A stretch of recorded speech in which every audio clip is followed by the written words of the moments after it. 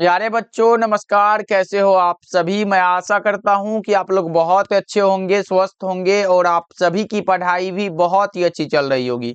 तो साथियों, आज के इस क्लास में हम लोग पढ़ने वाले हैं 12th क्लास के हिंदी का top 100 most important objective question.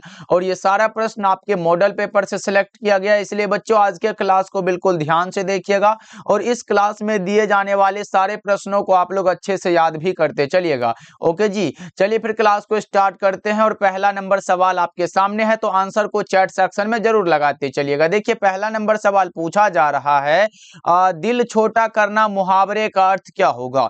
दिल छोटा करना मुहावरे का जो सही अर्थ होता है वो होता है हतोत्साहित होना। सही जवाब ऑप्शन नंबर ए हो जाएगा। बच्चा पार्टी मैं यही अनुरोध करूंगा, आप लोग भी आंसर को लगाते चलना, जिससे कि आपका रिवीजन अच्छे से हो जाए। देखिए, अब दूसरा नंबर सवाल आपके सामने है, लगाते चलो आंसर। देखिए, दूसरा नंबर सवाल पूछा जा रहा है, आंखों का तारा होना मुहावरे का अर्थ क्या होगा। आंखों का तारा मतलब बहुत ही प्यारा होना बच्चों, प्रिय होना। Correct answer option number B हो जाएगा 2 का। ओके जी, चलो तीसरा नंबर सवाल देखो, पूछा जा रहा है, लाल पीला होना मुहावरे का अर्थ क्या होगा। एकदम क्रोध से लाल पीला होना, भाई कौन सा क्रोध करना। Correct answer option number C हो जाएगा। और बच्चा पार्टी मैं बता दूं, अगर मॉडल पेपर के अनुसार हिंदी की बात करें तो बहुत ही आसान पेपर आया, तो मुझे नहीं लगता कि एग्जाम में कुछ हार्ड आएगा, ऐसा नहीं आने वाला है। बस आप लोग अच्छे से मेहनत करो, अपने ये मेहनत पे भरोसा रखो, एक भी क्वेश्चन ऐसा नहीं होगा जो बाहर आएगा। बच्चा पार्टी अच्छे से मेहनत करना। चलो आगे बढ़ते हैं, अगला नंबर सवाल देखो। फोर्थ नंबर सवाल है, गोद में सोने वाला क्या कहलाता है। गोद में सोने वाला के लिए एक शब्द होता है अंकशाई। क्या होता है बच्चों, अंकशाई। Correct answer option number C हो जाएगा। चलो आगे बढ़ते हैं, पांचवा नंबर सवाल देखो, शिक्षा शब्द क्या होता है। शिक्षा पुल्लिंग है, स्त्रीलिंग है, उभयलिंग है, या इनमें से कोई नहीं। क्या होता है बच्चों, ये स्त्रीलिंग होता है। शिक्षा क्या होता है, स्त्रीलिंग। करेक्ट आंसर बी हो जाएगा। चलो आगे बढ़ते हैं, अगला नंबर सवाल देखो, पूछा जा रहा है, सभा क्या होता है। सर सभा जो शब्द होता है ये भी स्त्रीलिंग होता है, तो करेक्ट आंसर क्या लगाएंगे, ऑप्शन बी बिल्कुल सही आंसर हो जाएगा। चलो जी, नेक्स्ट नंबर सवाल है 7 नंबर सवाल, परीक्षा क्या होता है। परीक्षा भी शब्द जो होता है ना बच्चा पार्टी, वो भी स्त्रीलिंग ही शब्द है। सही जवाब ऑप्शन नंबर बी हो जाएगा। अगला नंबर सवाल क्या कर रहा है, घी शब्द क्या होता है। घी का बताओगे क्या बच्चा पार्टी, आप लोग जल्दी से लगा दो। घी जो शब्द होता है ये पुल्लिंग के अंतर्गत आता है। सही जवाब ऑप्शन नंबर ए हो जाएगा। ओके चलो आगे बढ़ते हैं, अगला नंबर सवाल है, वचन के कितने भेद होते हैं। बहुत ज्यादा इंपॉर्टेंट होते हैं बच्चों, ये बहुत ज्यादा इंपॉर्टेंट है, क्योंकि वचन चैप्टर से यही वाला ज्यादा बार ये पूछा गया आपके एग्जाम में। चलो बता दो 9 का करेक्ट आंसर। वचन की अगर हिंदी की बात करें तो हिंदी में 2 होते हैं बच्चों, एक वचन और बहुवचन। ओके, ऐसे संस्कृत में 3 होते हैं, लेकिन हम लोग हिंदी को पढ़ रहे हैं तो हिंदी का ही लगाएंगे। अग्नि का पर्यायवाची क्या होगा। अग्नि का पर्यायवाची क्या है भाई, पावक हो जाएगा। क्या correct answer option number D हो जाएगा। ओके चलो आगे बढ़ते हैं, अगला नंबर सवाल देखो, 11 नंबर सवाल है, कमल का पर्यायवाची क्या होगा। कमल का पर्यायवाची, बड़ा ही आसान सा सवाल है और आप लोग लगा दोगे, जल्दी से लगा दो, क्या होगा। कमल का सरोज हो जाएगा। Correct answer option number B होगा। और बच्चा पार्टी आप लोग क्लास को लाइक करते चलना, जितने भी बच्चे जुड़े हुए हो सभी बच्चे क्लास को लाइक करते चलना, तब बहुत मजा आता है पढ़ाने में। चलो आगे बढ़ते हैं, 12 नंबर सवाल देखो, जो बहुत बोलता है उसके लिए एक शब्द क्या होगा। जो बहुत बोलता है उसके लिए एक शब्द वाचाल होता है। क्या होता है सर, वाचाल। Correct answer option number A हो जाएगा।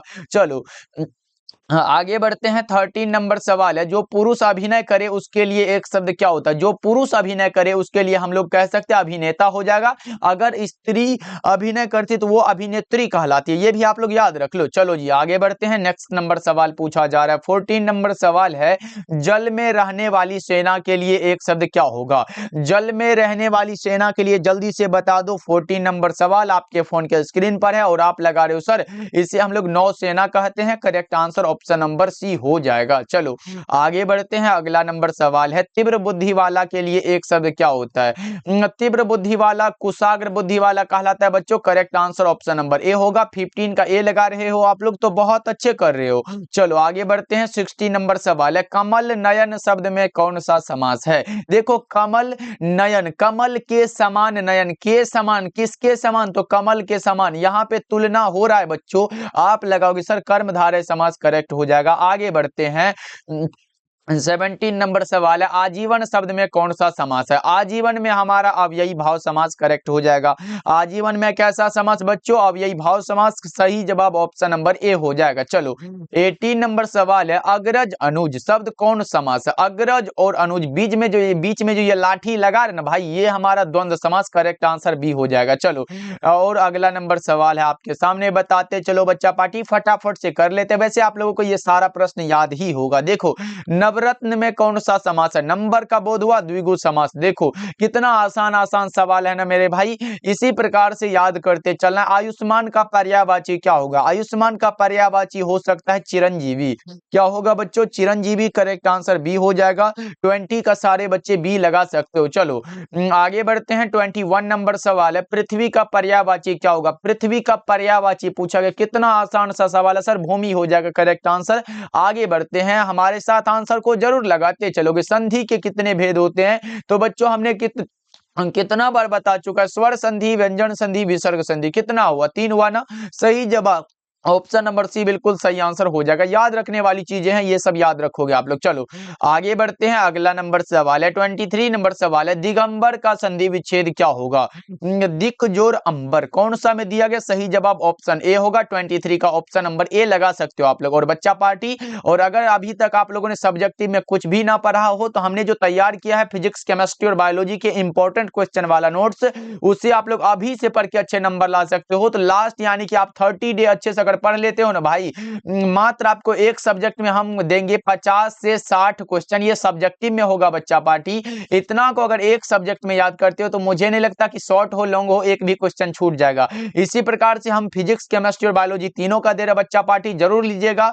मात्र 199 चार्ज है। अभी से पढ़ के भाई 3 सब्जेक्ट में अच्छे नंबर ला सकते हो। तो कॉल करिएगा 70 70 82 16 85 नंबर पे, और जल्दी जल्दी से ले लेना बच्चा पार्टी, क्योंकि अभी भी समय है आपके पास कुछ कर दिखाने का। जिसे लगता है कि सर अभी तक कुछ नहीं पढ़े, कम से कम हमारा सपना कि 350 क्रॉस हो जाए, तो इसे पढ़ के आप आसानी से ला सकते हो बच्चा पार्टी। ये हमारी गारंटी है।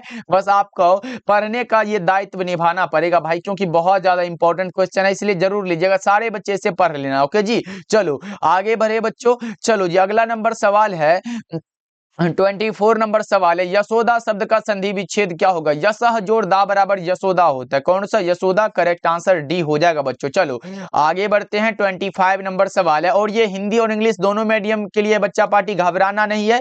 बस हिंदी मीडियम में फिजिक्स, केमिस्ट्री, बायो मिलता है, और इंग्लिश मीडियम में फिजिक्स और केमिस्ट्री का तैयार है। सारे बच्चे जरूर लीजिएगा। देखो तपोवल का संधि विच्छेद क्या होगा? तपह जोड़ बल बराबर तपोवल होता है। सही जवाब ऑप्शन नंबर बी हो जाएगा। चलो आगे बढ़ते हैं। 26 नंबर सवाल है, वार्तालाप का संधि विच्छेद क्या होगा? वार्तालाप का संधि विच्छेद आप बताओगे क्या बच्चा पार्टी? वार्ता जोड़ आलाप बराबर वार्तालाप। करेक्ट आंसर ए हो जाएगा। चलो आगे बढ़ते हैं। 27 नंबर सवाल आपके सामने है, महेश का संधि विच्छेद क्या होगा? महा जोड़ ईश बराबर महेश होता है। जल्दी से बता दो, करेक्ट आंसर डी में दिया गया है। चलो अगला नंबर सवाल है, कठोर का विलोम क्या होगा? कठोर का उल्टा पूछा गया। विलोम मतलब क्या होता है मेरे भाई? उल्टा शब्द पूछा गया। कठोर का क्या होगा? कोमल हो जाएगा। क्या सही जवाब? ऑप्शन नंबर सी बिल्कुल सही हो जाएगा। चलो आगे बढ़ते हैं। 29 नंबर सवाल है, स्तुति का विलोम क्या होगा? निंदा हो जाएगा। सही जवाब ऑप्शन नंबर बी हो जाएगा। अगला नंबर सवाल का जवाब जल्दी से बता दो। कनिष्ठ का विलोम क्या होगा? कनिष्ठ का विलोम आप बताओगे क्या बच्चों? कौन सा होगा? करेक्ट आंसर ज्येष्ठ हो जाएगा। याद रखने वाली चीजें हैं, जरूर याद रखोगे। 31 नंबर सवाल है, अंतरंग का विलोम क्या होगा? अंतरंग का विलोम बहिरंग होता है। करेक्ट आंसर ए होगा। ये रहा आपके सामने अगला नंबर सवाल। 32 नंबर सवाल है, तिमिर शब्द का विलोम क्या होगा? तिमिर मतलब क्या होता है बच्चा पार्टी? जल्दी से बता दो। तिमिर मतलब अंधकार होता है, और प्रकाश से लगा लो। सही जवाब सी हो जाएगा। आगे बढ़ते हैं। अगला नंबर सवाल है, कृष्ण का विलोम क्या होगा? कृष्ण का विलोम शुक्ल हो जाएगा। सही जवाब बी होगा। विज्ञान में कौन सा उपसर्ग होगा बच्चा पार्टी? वी प्लस ज्ञान बराबर विज्ञान होता है, तो करेक्ट आंसर बी हो जाएगा। ओके चलो हाँ, आगे बढ़ते हैं। 35 नंबर सवाल है, पुरातन में कौन सा उपसर्ग? पूरा जोड़ तन क्या होगा बच्चों? पूरा। और कौन सा? पूरा और तन होता है। अब देखो इसमें एक तन शब्द है, पूरा क्या होगा? इसका उपसर्ग हो जाएगा। करेक्ट आंसर सी हो जाएगा। चलो आगे बढ़ते हैं। 36 नंबर सवाल है, आदि काल में कौन सा उपसर्ग है? आदि और काल बराबर आदि काल। करेक्ट आंसर ये होगा। उपसर्ग वाला भाई आसान ही होता है, हर एक बार आप अच्छे से बना के आओगे। चलो आगे बढ़ते हैं। ममेरा में कौन सा प्रत्यय है?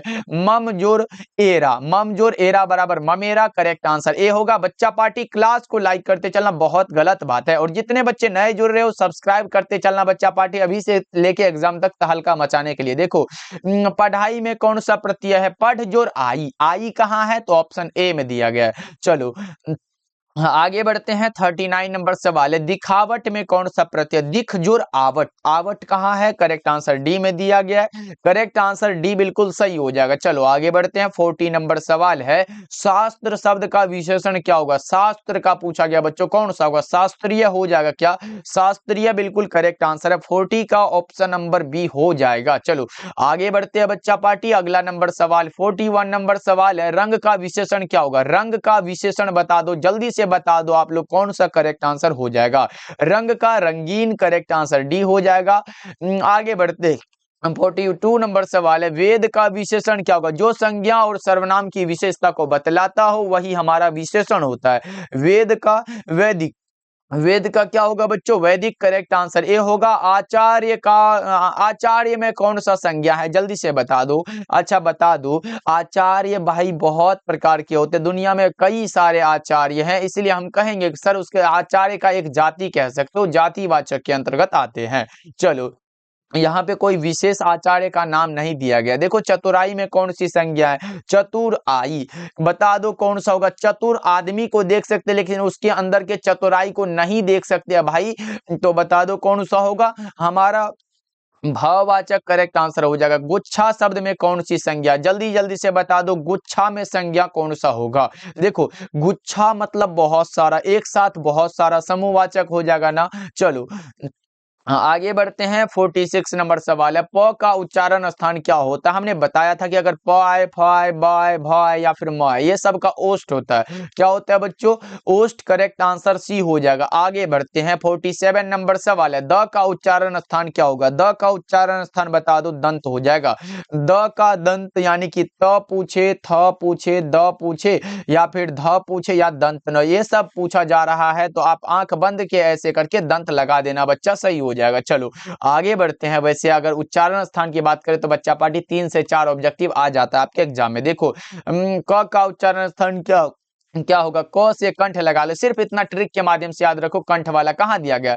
कंठ ऑप्शन नंबर डी होगा। याद रखोगे ना बच्चा पार्टी, क ख ग घ अंग, ये कोई भी आए ये आप कंठ लगा के आना, बिल्कुल सही हो जाएगा। चलो आगे बढ़ते हैं। 49 नंबर सवाल है, कारक के कितने भेद होते हैं? कारक भाई पढ़े हो ना आप, कारक 8 प्रकार के होते हैं। कारक के कितने भेद हैं? 8 भेद है। करेक्ट आंसर सी हो जाएगा। देखो पेड़ से पत्ते गिरते हैं किस कारक का उदाहरण है? पेड़ से पत्ते गिरते हैं वो कारक होता है आपादान कारक। करेक्ट आंसर सी होगा। आगे बढ़ते हैं। अगला नंबर सवाल है कि करण कारक का चिन्ह कौन सा है? करण कारक का जो चिन्ह होता है वो कौन सा होता है? किसके द्वारा इसे हम लोग निरूपित करते हैं, उसका नाम बताओ। से के द्वारा। करेक्ट आंसर भी हो जाएगा। चलो आगे बढ़ते हैं। 52 नंबर सवाल है, बालकृष्ण भट्ट। हाँ ये बहुत ज्यादा इंपॉर्टेंट है, ये बालकृष्ण भट्ट के चैप्टर का यही एक ऐसा प्रश्न जो इंपॉर्टेंट है। बालकृष्ण भट्ट द्वारा की रचना निम्न में से कौन है? देखो जूठन ओम प्रकाश वाल्मीकि, रोज अज्ञे जी, तिरिच उदय प्रकाश और बातचीत Balkrishna Bhatt. Correct answer D हो जाएगा। चलो आगे बढ़ते हैं। अगला नंबर सवाल है, सूबेदारनी किस कहानी की पात्रा है? सूबेदारनी देखो जूठन तो होगा नहीं क्योंकि ये आत्मकथा है और यहाँ पे कहानी दिया गया, तो ये हमारा ऐसे ही गलत हो जाएगा। अब 3 ऑप्शन को चुनो। सूबेदार, सूबेदारनी, लहना सिंह, इसमें आया ना भाई? करेक्ट आंसर सी होगा। ओसदानेरा नहीं, रोज भी नहीं होगा। चलो आगे बढ़ते हैं बच्चों। अगला नंबर सवाल है, उसने कहा था किस प्रकार की कहानी है? उसने कहा था चरित्र प्रधान होगा क्या बच्चा पार्टी? जल्दी से लगा दो।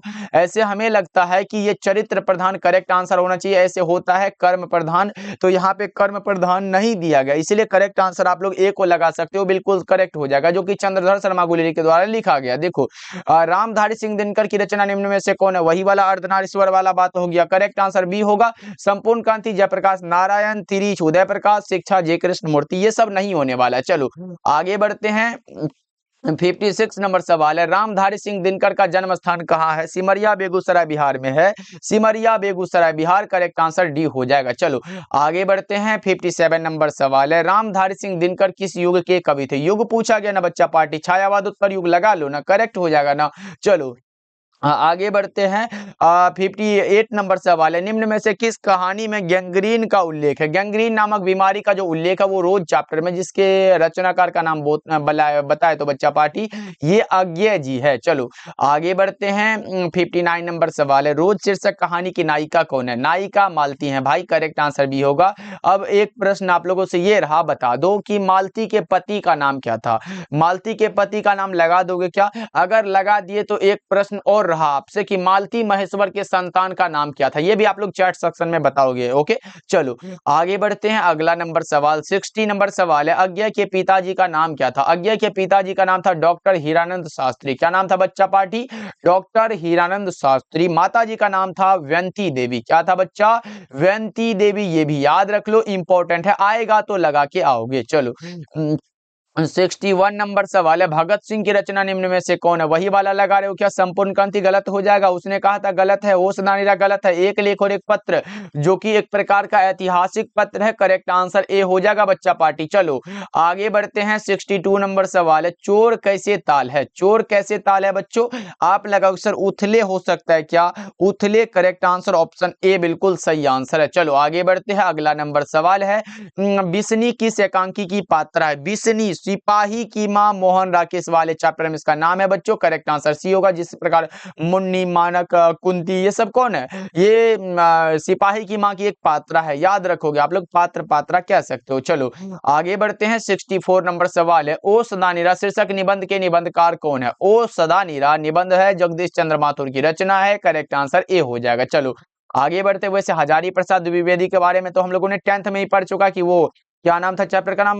नाखून क्यों बढ़ते। हाँ, नाखून क्यों बढ़ते, जो कि ललित निबंध था, वो हमारा ये 10 में आता है, ये हमारा नहीं होने वाला है। भगत सिंह एक लेख और एक पत्र, नामवर सिंह पर गीत और समाज, ये सब याद रखोगे आप लोग। चलो आगे बढ़ते हैं। 65 नंबर सवाल है, बहुजन संप्रेषण के माध्यम नामक पुस्तक के रचयिता कौन है? बहुजन संप्रेषण के माध्यम जगदीश चंद्र माथुर की रचना है, करेक्ट आंसर सी हो जाएगा। चलो आगे बढ़ते हैं। 66 नंबर सवाल है, ये रहा आपके सामने, जल्दी जल्दी से चैट सेक्शन में लगा दो, इसको थोड़ा सा छोटा कर देते हैं बच्चा पार्टी। अब लगा दो, क्या होगा? दलित साहित्य का सौंदर्य शास्त्र नामक आलोचना पुस्तक के रचयिता कौन है? ये है ओम प्रकाश वाल्मीकि। क्या होगा बच्चों? अगर पूछे नए साहित्य का सौंदर्य शास्त्र तो मुक्तिबोध लगाना, लेकिन अभी का हमारा correct answer option number A हो जाएगा। ओके चलो आगे बढ़ते हैं। ये रहा आपके सामने प्रश्न, लगा दो, ओम प्रकाश वाल्मीकि और कलीराम किस शीर्षक पाठ के पात्र है? कलीराम ओम प्रकाश वाल्मीकि, जूठन में पढ़े हो ना भाई, जो कि ओम प्रकाश वाल्मीकि की रचना है। ओके चलो आगे बढ़ते हैं। अगला नंबर सवाल देखो, पूछा जा रहा है आप लोगों से, जल्दी जल्दी से, ये भी थोड़ा छोटा करना पड़ेगा। अब लगा दो, क्या होगा इसका करेक्ट आंसर? आदमी यथार्थ को जीता ही नहीं, यथार्थ को रचता भी है। यह कथन किस लेखक का है? किस लेखक का है? मलिया जी का है, करेक्ट आंसर सी हो जाएगा 68 का। ओके चलो आगे बढ़ते हैं। अगला नंबर सवाल का जवाब जल्दी से लगा दो चैट सेक्शन में, आपके सामने है, हंसते हुए मेरा अकेलापन शीर्षक पाठ के लेखक कौन है? हंसते हुए मेरा अकेलापन जो होता है बच्चा पार्टी, ये एक प्रकार का डायरी है, और ये लिखा गया मलियज साहब के द्वारा, करेक्ट आंसर बी हो जाएगा। चलो आगे बढ़ते हैं। अगला नंबर सवाल है, तिरीच शीर्षक कहानी किस प्रकार की रचना? तिरीच उदय प्रकाश की रचना, जो कि जादू यथार्थवादी कहानी कह सकते हो। सही जवाब ऑप्शन नंबर बी हो जाएगा। चलो आगे बढ़ते हैं बच्चों, अभी तक क्लास को लाइक नहीं किए हो तो क्लास को आप लोग लाइक करते चलना बच्चा पार्टी, बहुत मेहनत करते हैं हम आपके लिए, और आपका भी एक थोड़ा सा ये रिक्वेस्ट करते हैं, क्लास को लाइक करते चलना, और चैनल पे पहली बार जुड़ जुड़ रहे हो तो सब्सक्राइब करते चलना आप लोग। ओके जी, देखो जे कृष्णमूर्ति की रचना इनमें से कौन है जे कृष्णमूर्ति की रचना? शिक्षा चैप्टर पढ़े हो ना भाई, करेक्ट आंसर डी हो जाएगा। ओके, देखो ऐसे जूठन ओम प्रकाश वाल्मीकि, बातचीत बालकृष्ण भट्ट, रोज अज्ञे जी। ओके, चलो आगे बढ़ते हैं। अगला नंबर सवाल है 72 नंबर सवाल। लिडबेटर के अनुसार जे कृष्णमूर्ति क्या थे? विश्व शिक्षक थे क्या? करेक्ट आंसर बी हो जाएगा। चलो आगे बढ़ते हैं बच्चा पार्टी। ओराव भाषा में धागड़ शब्द का अर्थ क्या होता है? ओराव भाषा में भारे का मजदूर होता है। क्या होता है? भारे का मजदूर। करेक्ट आंसर ए होगा। आगे बढ़ते हैं बच्चा पार्टी। ये रहा 74 नंबर सवाल। गंडक नदी की चर्चा किस शीर्षक पाठ में? गंडक नदी की चर्चा कोई नदी है तो उसमें है ओसदानेरा में। Correct answer option number B हो जाएगा। चलो आगे बढ़ते हैं। अगला नंबर सवाल का जवाब जल्दी से लगा दो चैट सेक्शन में, आप लोग जल्दी से बता दो बच्चा पार्टी। ये रहा आपके सामने, इसको भी छोटा करना पड़ेगा। रामधारी सिंह दिनकर किस विश्वविद्यालय के उपकुलपति के पद पर आसीन रहे हैं? बता दो 75 नंबर सवाल का जवाब जल्दी से। ओके, भागलपुर विश्वविद्यालय। करेक्ट आंसर सी होगा, याद रखना बच्चों। चलो आगे बढ़ते हैं। 76 नंबर सवाल आपके सामने है, बता दो अर्धनारीश्वर शीर्षक पाठ हिंदी साहित्य की कौन सी विधा? अर्धनारीश्वर निबंध है, रामधारी सिंह दिनकर की रचना है। ये सब आसान प्रश्न है, आप लोग याद रख सकते हो। 77 नंबर सवाल है, स्पीच का उद्देश्य सुनने वालों के मन में जोश और उत्साह पैदा करना। यह उक्ति किसकी है? तो ये बालकृष्ण भट्ट की रचना है बच्चों। करेक्ट आंसर डी होगा। जहां से वो हमारा निबंध पढ़ना शुरू होता है ऐसे करके, उससे 16 या फिर 17 लाइन में देखना, ये वाला लाइन आपको मिल जाएगा तो याद रखिएगा आप लोग। चलो आगे बढ़ते हैं। अगला नंबर सवाल का जवाब बता दो प्रकृति वर्णन से संबंधित कविता कौन है? प्रकृति वर्णन से संबंधित कविता का नाम है उषा, शमशेर बहादुर सिंह की रचना है। शमशेर बहादुर सिंह को कवियों के कवि कहा जाता है, ये भी आप लोग याद रखोगे। चलो आगे बढ़ते हैं। वही नीचे में पूछा गया बच्चा पार्टी, देख रहे हो ना, ऐसा ही प्रश्न आने वाला भाई, घबराओ नहीं। हम है तो फिर गम किस बात की। देखो कवियों के कवि शमशेर बहादुर सिंह को कहा जाता है। करेक्ट आंसर ए होगा। ये पंत वाला तो 10th में पढ़े थे प्रसाद, हाँ ये 12th का हमारा तुमुल कोलाहल कला में चैप्टर है। निराला भी हम लोग इसमें नहीं पढ़ते। चलो आगे बढ़ते हैं। अगला नंबर सवाल का जवाब बता दो मुक्ति बोध का पूरा नाम क्या है? गजानन माधव मुक्ति बोध। करेक्ट आंसर सी हो जाएगा जी। चलो आगे बढ़ते हैं। यहाँ पूरा नाम से याद आया कि आप लोग अज्ञेय का पूरा नाम कमेंट सेक्शन में लिख के जाना। अज्ञेय का पूरा नाम क्या है ये आप लोग कमेंट सेक्शन में बताओगे, हम देखेंगे कि कौन कौन बच्चे लगाते हैं। चलो आगे बढ़ते हैं बच्चों। अगला नंबर सवाल का जवाब बता दो ज्ञानेंद्र पति किस प्रशासनिक पद पर थे? ज्ञानेंद्र पति के बारे में पूछा गया, कारा अधीक्षक के पद पर थे। Correct answer option number B होगा, याद रखोगे आप लोग। आगे बढ़ते हैं। 82 नंबर सवाल है, गांव का घर शीर्षक कविता के कवि कौन है? गांव का घर ज्ञानेंद्र पति की रचना है। करेक्ट आंसर डी होगा। ऐसे अगर देखो यहाँ ये कवित्व जो रचना है ये भूषण जी की रचना, सूरदास पद वाला और नाभादास कौन सा छप्पे वाला। चलो आगे बढ़ते हैं। उषा शीर्षक कविता के कवि कौन है? उषा शमशेर बहादुर सिंह की रचना है। करेक्ट आंसर बी हो जाएगा, याद रखोगे आप लोग। ऐसे बच्चा पार्टी क्वेश्चन को देख के नहीं लगता कि इतना भी आसान एग्जाम में नहीं आने वाला होता है। ओके जी, चलो आगे बढ़ते। इसलिए हमारा तैयारी जिस भी लेवल का हो एकदम बेहतर तरीके से होना चाहिए, जिससे कि हमारे प्रतिद्वंदी को लगे कि भाई एग्जाम का तैयारी ये करके आया है। देखो तुलसीदास का जन्म कहाँ हुआ था ये बता दो ना। राजापुर बांदा उत्तर प्रदेश में। करेक्ट आंसर ए हो जाएगा। चलो आगे बढ़ते हैं। अगला नंबर सवाल है कि कवि भूषण की कविता में कौन सा रस पाया जाता है? वीर रस। भूषण जी वीर रस के महान कवि हैं। सही जवाब ऑप्शन सी हो जाएगा। चलो 86 नंबर सवाल की ओर बढ़े तो हमारे सामने ऐसा प्रश्न आया, आसान वाला प्रश्न आया है कि जयशंकर प्रसाद रचित महाकाव्य का नाम क्या है? कामायनी। जयशंकर प्रसाद के महाकाव्य का नाम है Kamayani. Correct answer option number A हो जाएगा। देखो सुभद्रा कुमारी चौहान का जन्म स्थान कहाँ है? सुभद्रा कुमारी चौहान का जो जन्म स्थान है वो है कहाँ पर?